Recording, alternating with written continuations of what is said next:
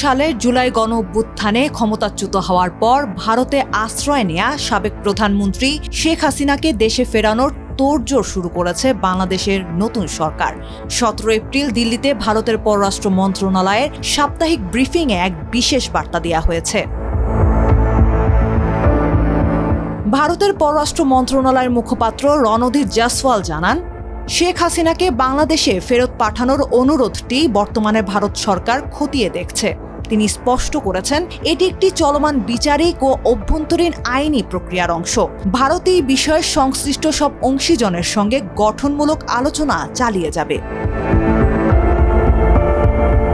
গত 8 এপ্রিল নয়াদিল্লি সফর করেন বাংলাদেশের পররাষ্ট্রমন্ত্রী খলিলুর রহমান। ভারতের পররাষ্ট্রমন্ত্রী এস জয়শঙ্করের সঙ্গে বৈঠকে শেখ হাসিনাকে বাংলাদেশে ফিরিয়ে দেওয়ার আনুষ্ঠানিক অনুরোধ জানান তিনি। বাংলাদেশের পক্ষ থেকে জানানো হয়েছে, আইনি বিচারিক প্রক্রিয়ার স্বার্থেই এ প্রত্যর্পণ জরুরি।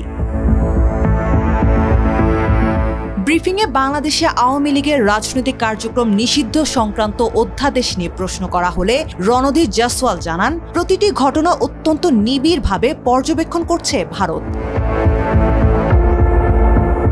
শেখ হাসিনাকে নিয়ে টানাপোড়েন থাকলেও বাংলাদেশের নতুন সরকারের সঙ্গে সম্পর্ক এগিয়ে নিতে আগ্রহী ভারত। জয়সওয়াল পুনর্ব্যক্ত করেছেন, বাংলাদেশের নতুন প্রশাসনের সঙ্গে গঠনমূলকভাবে যুক্ত হতে এবং দ্বিপক্ষীয় সম্পর্ক আরও জোরদার করতে সচেষ্ট ভারত।